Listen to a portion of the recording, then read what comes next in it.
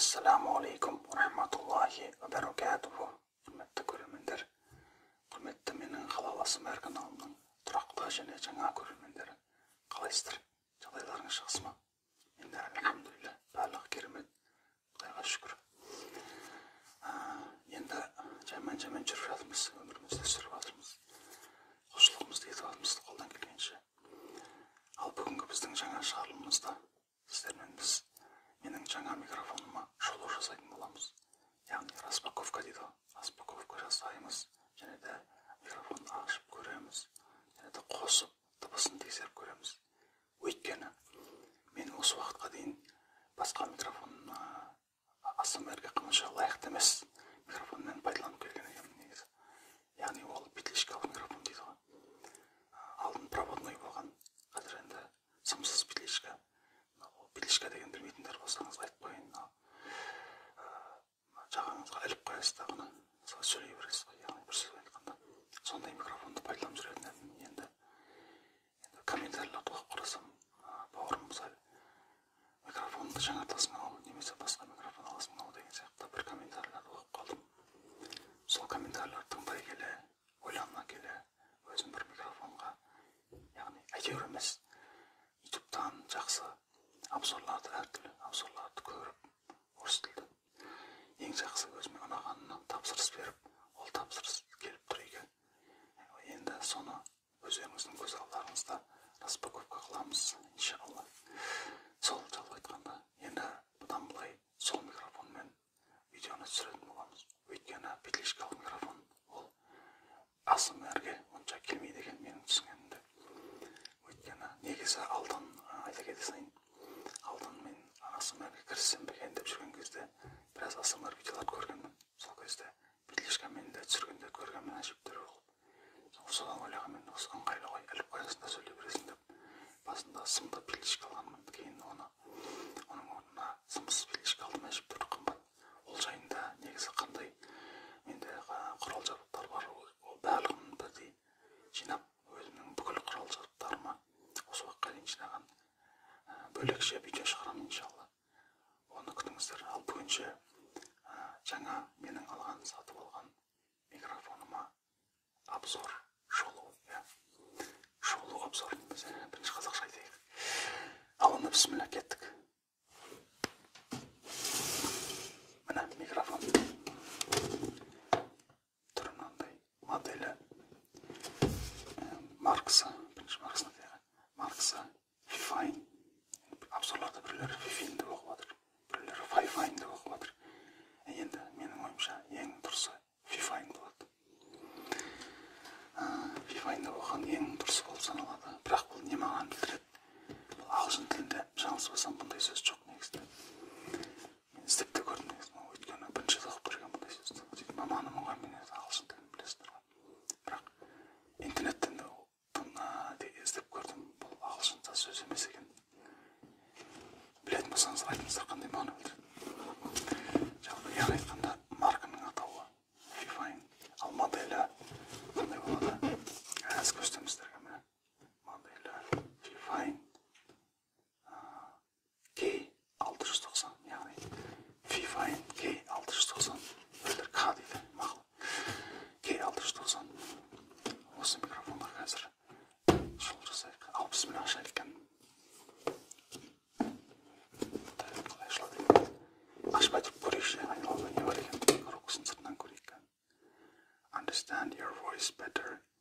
Quality, articulation and intelligibility.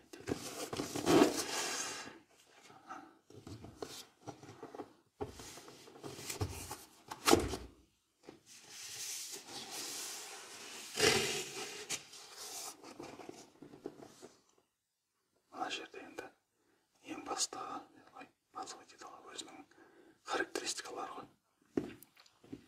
Енді бұның бәрін біз айтып отырмын, міндетті емес шығар. Жалпы айтқанда ең мықты характеристикалар бар бұның ішінде. Ең мықты характеристикалар бар бұның ішінде. It's never been easier to get high quality sound for your voice and computer-based audio recordings. Бір сөзбен айтқанда, бұған дейін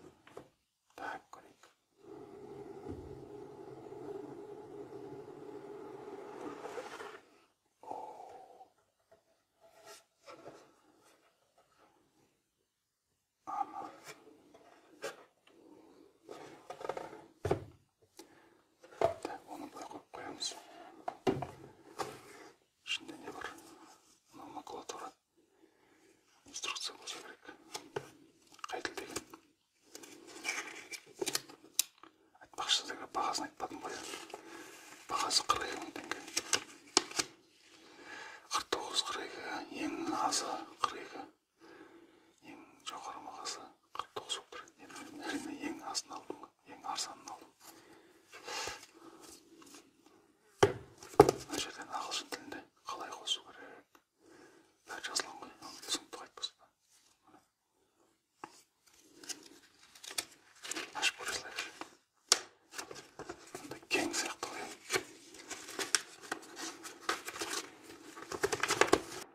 Бұл түсінікті, ашып көре салайық. Байсақ қоямыз менде. Паролон, яғни біз дұрыс ашып қойыппыз. Бұлай ашамар болсам да.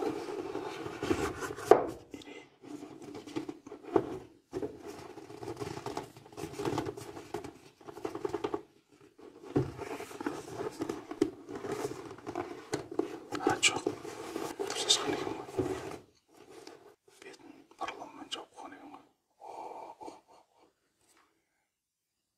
Өте сапалы, былай ұстағанда өзі сезіліп тұр же, сапа. Өте сапалы материалдар. Жақындап көрейік. Ой. Қандай керемет. Так, бірінші микрофоннан бұрын мына бір нәрсені ашып қояйын. Бұл не? Бұл енді крепление ғой. Түсінгенімше. Түсінікті. Байлап бір штативке байлап қоятын жер қойды қорап ше. Қорап деген қорап тұп. Келесі.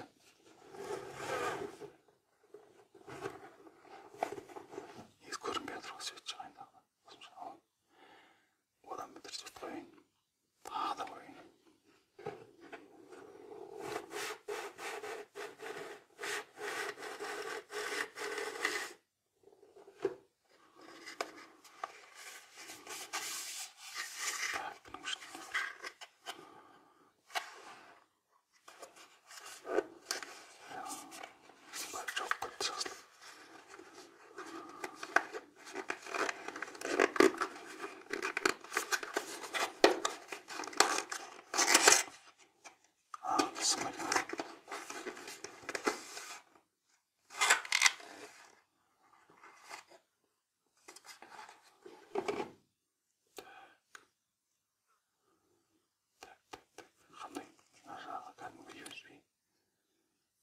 Жауардымен ал мына жағаға Type-C ма? Ой, дайын Type-C екен ғой. Кін ашып көрейікші.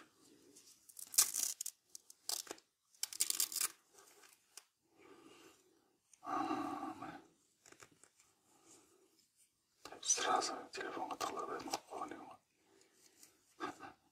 Обзордан көргенімде мен үшін андай болған негізі бір қызықты айтайын сіздерге. Обзордан көргенімде басқаша болған негізінде. Айтыңыз.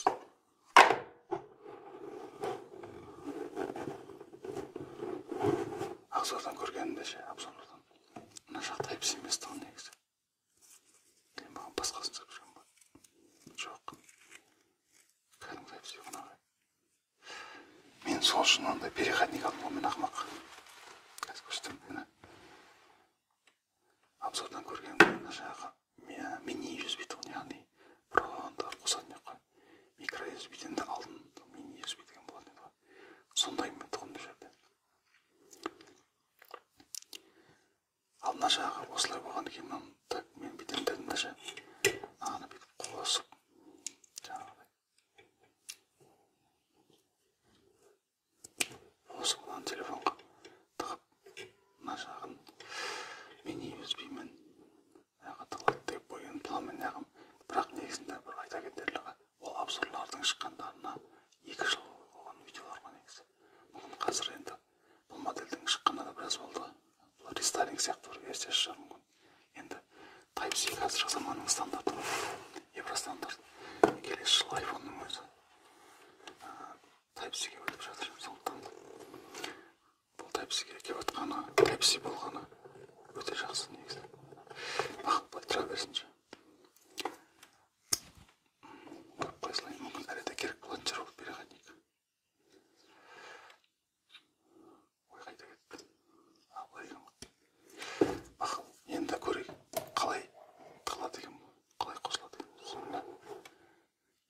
басты кульминация осы ойымыз.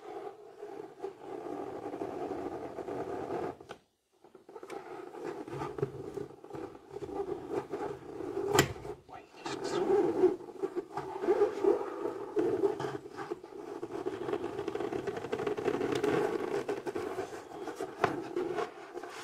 Уже дұрыс алмадым ғой мен негізі. Так. İçinde eşlik joganдар ғой. Коробкасын ары қоя саламыз. Миша түтпейтіндей қылып қойайық. Қадырдан қойайық. Енді қояйық мұны. Микрофон. Бірінші басын көрейік. О, Type-C екен. Дегенмен де мынаны алғаным артық болмапты. Өйткені мына жаққа Type-C болғанмен мына тығылған жаққа да USB ғой. Сондықтан да менің алған Type-C переходнигім әлі де керек болады. Онда жақсы екен. Мен даже қуанып отырмын егер Type-C болған, өйткені осы заманда Type-C керек. Евростандарт Type-C қазір. Мен қосып көрейік. Иә, Type-C қазір. Өте керемет. Мен даже қуандым осының Type-C болғанына.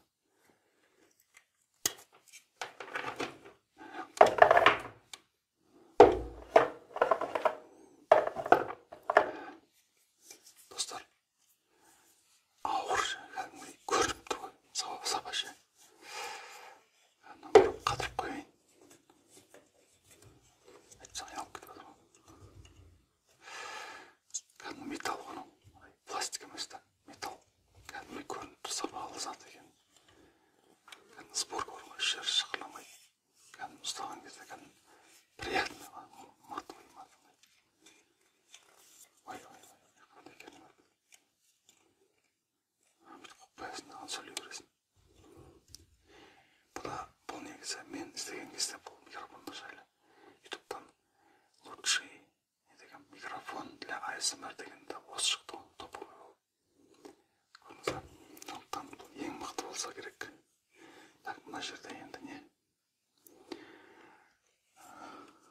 Светін жақындатайын мықтағы. Жар қазып отқан болса, свет тағында жақындатып қояйын да жерден. Телефонның өзіңкіне жақайын алған. Не дейсіздер ол? Фифайн. Мынау қосатын не? Мынау.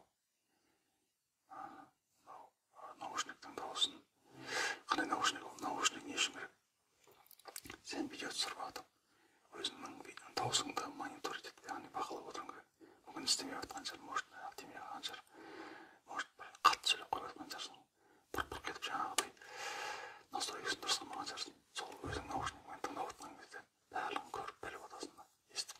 Яғни мына жерде мынау 4 режим бар. Мен обзорларда қарағанымда. Мына стерео, жан-жақта, моно деген сияқты. Шынында айтайын, білгішсімей қойыншы, шыны керекші. Жай ғана бүйтіп дыбысын тыңдап отырған.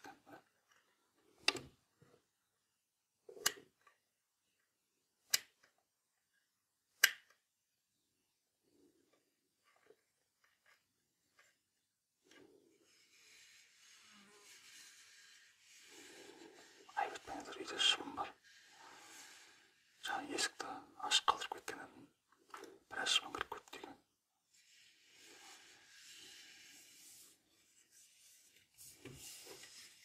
Сапа кәдімгідей сезіледі.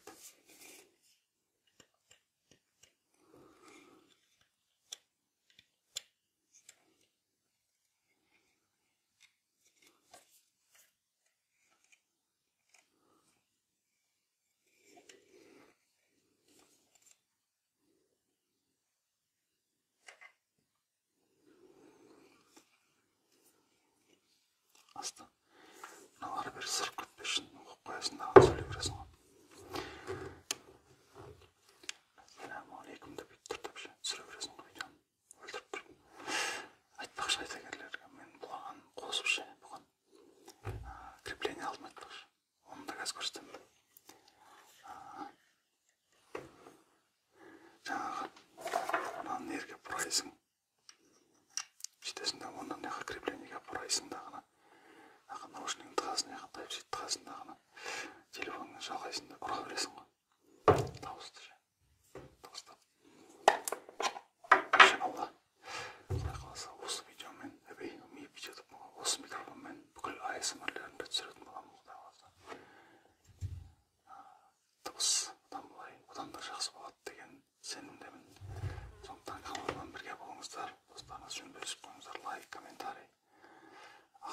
кеңестеріңіз болса айта беріңіздер, идеялар бар ма айта беріңіздер.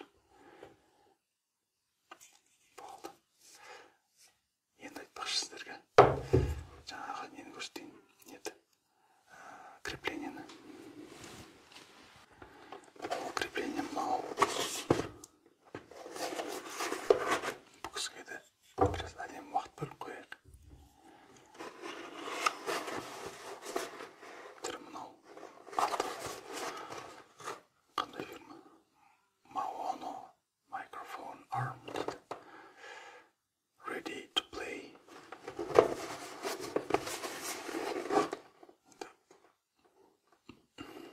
Енді бұл микрофон көмекшісі болады, қандай болады. Мысалға мына столдарға, осы столға мынаны қыстырып қоясың, байлап ше, мына жеріне. Сөйтесің де ғана мына микрофонды мына жерге мынадан ажыратып, мынауысынан ажыратып, мынаны байлап қоясың. Сөйтесің де ғана кез келген положениеге бүйтіп қозғап отыра бересің. АСМР аласың. Бір қызығы ше, мынаның характеристикаларын айтайын. Микрофон ше, мынаны сұхбат алуға да жарай береді екен. Мысалға, мынаның ішінде суреттен көрдіңіздер, көрмедіңіздер ме? Сыртынан жазылмаған ғой. Қарасаңыздар ма? 4 микрофон бар ішінде.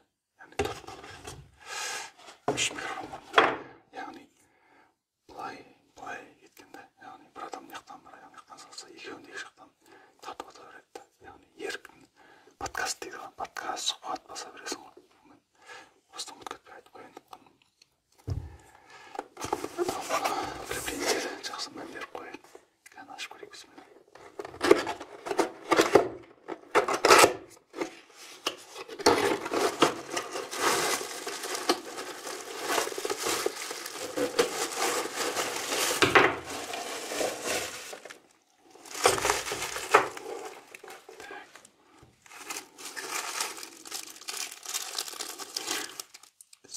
Негізі микрофонды да креплениені бірінші ашып тұрмын. Сіздердің көздеріңіз алдарыңызды ашып тұрмын. Алдын ала ашып көріп қойған емеспін. Өзім қазір бірінші ашып тұрмын.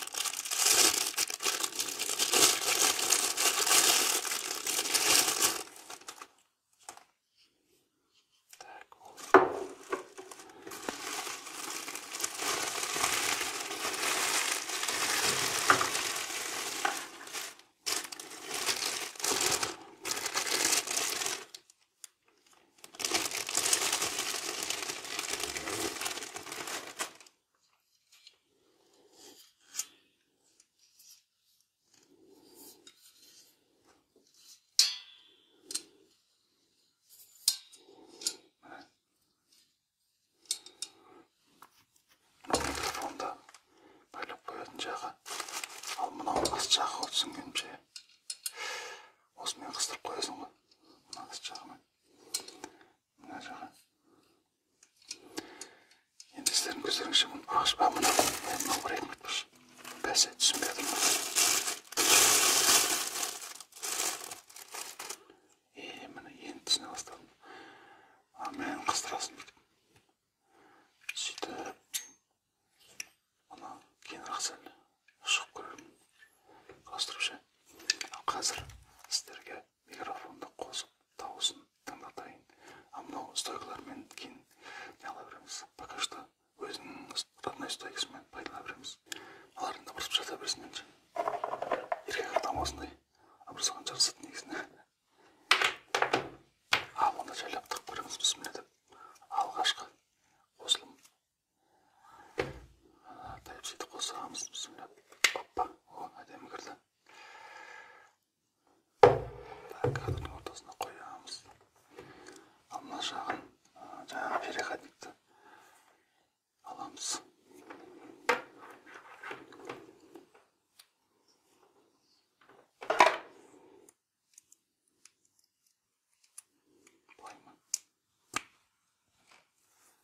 істеп кетсе болған ғой. Енді осы микрофонға ауысайын енді. Мына петличкамды өшірейін.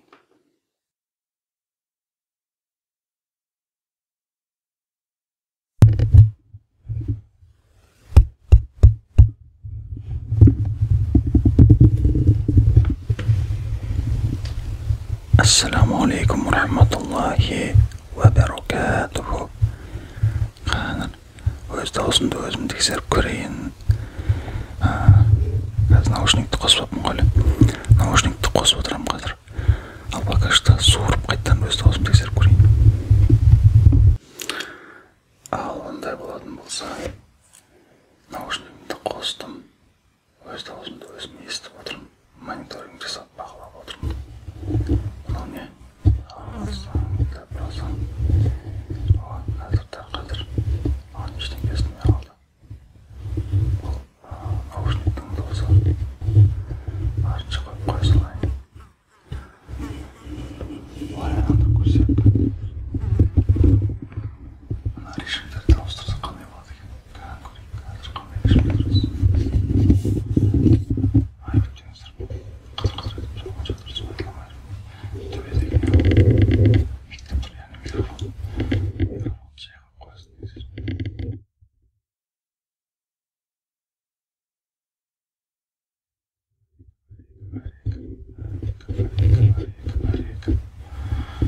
Режимдер насып көрейік. Қазір менің түсінгенімде шынын айтсам біріншісіне қойшы. Осы төрт режимнің бірінде тұр. Мынау енді двойной режим сияқты. Мынау значоктарға қарағанда дайын.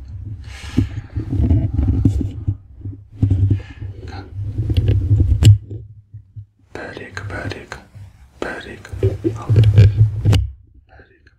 Басқаша. Бәрек. Әртүрлі режимдерге ауысып отқан кәдімгідей сезіледі. Енді білмеймін шын айтсам, қандай мағына ол, не үшін керек. Енді бұл жайында әбден мен біраз жолдарды қайта көріп, дұрыс пайдалану жолын іздестіруім керек. Енді құдай қаласа осы микрофонмен бүкіл абсурлесіміз. ASMR видеоларымда осы микрофонмен ғана түсетін боламын. Осымен жақындатып біраз трекинг жасап қойшымын.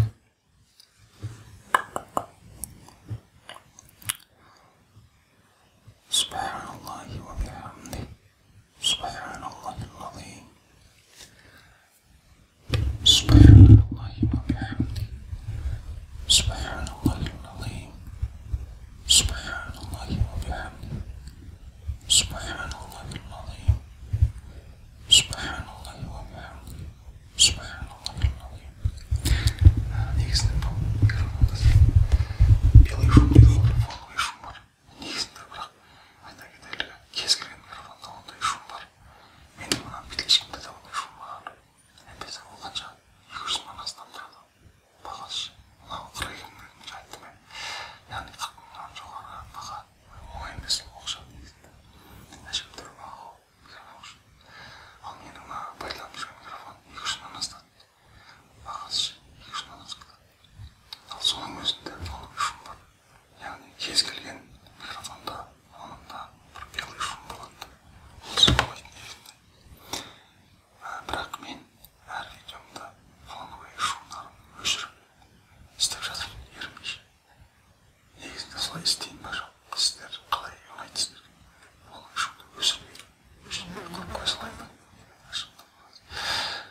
Соны комментарийға жазып кетсеңіздер, айтар. Фоновый шумды өшірейін ба жоқ? Қалай тұр солай сала берейін ба видеоны? Фоновый шум біздерді раздражать етпей ма? Маған өзіме шын айтсам онша ұнамайды.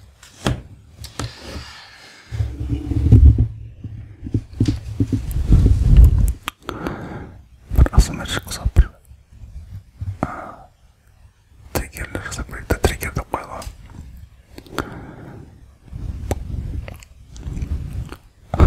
Маған жарасайтын сияқты осындай. Ассаламу алейкум ва рахматуллахи ва берекатуху. Сөйлем қойып құдай қаласа. Бүгінше осы обзорда аяқтауға да уақыт келіп қалған сияқты. Видеом тым қатты созылып кеткен сияқты. Ағайындар, мына столымның абасып жатқан отырмыз сіздердің алдарыңыздан. Ыңғайсыз екен. Бірақ еркек адамға жарасады бұндай нәрсе. Қатты таза емес біз еркектер. Осы өзім довольныймын. алғаным үшін өзім өте қуанып отырмын. Альхамдулилля, Құдай осыған мені бұйырған. Субханаллахи ва бихамди, субханаллахил азим, субханаллахи ва бихамди, субханаллахил азим, субханаллахи ва бихамди, субханаллахил азим. Стереоға қойып, былай істеп қойын. Асымдашықтар қойып, әшіп тұр, асымдашықтар қойып. Стерео режим кетті. Ұстағанымы қырқыртып дауыстар шығады. Стерео. Как раз сода тұрған сияқты. Мен көрейші. Мына бетінен бір сөйлеп көрейін. Стерео ауысамыз болма. Субханаллахи ва бихамди, субханаллахил азим, субханаллахи ва бихамди, субханаллахил азим, субханаллахи ва бихамди, субханаллахил азим.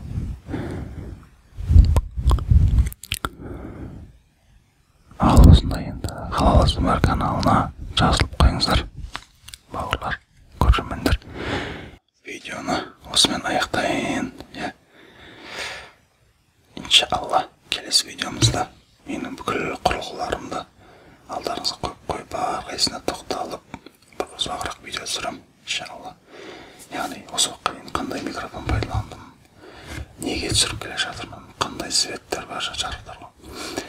Әрқайсысына тоқталып, қайсысын қаншаға қандығы. Енді, кеңінен бір жол жасаймын. Осы уақытқа дейін біраз нәрсе жинап қойдым.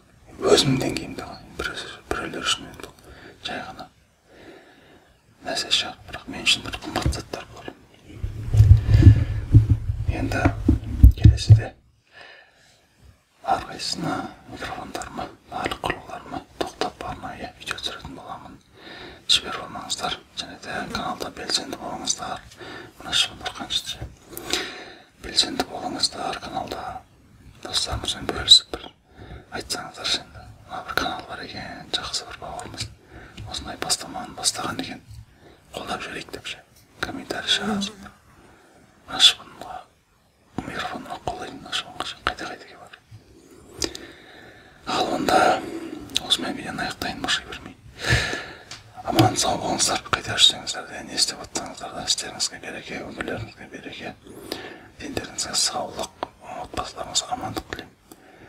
Ал онда келесі кездескенше, ассаламу алейкум ва рахматуллахи ва баракатух.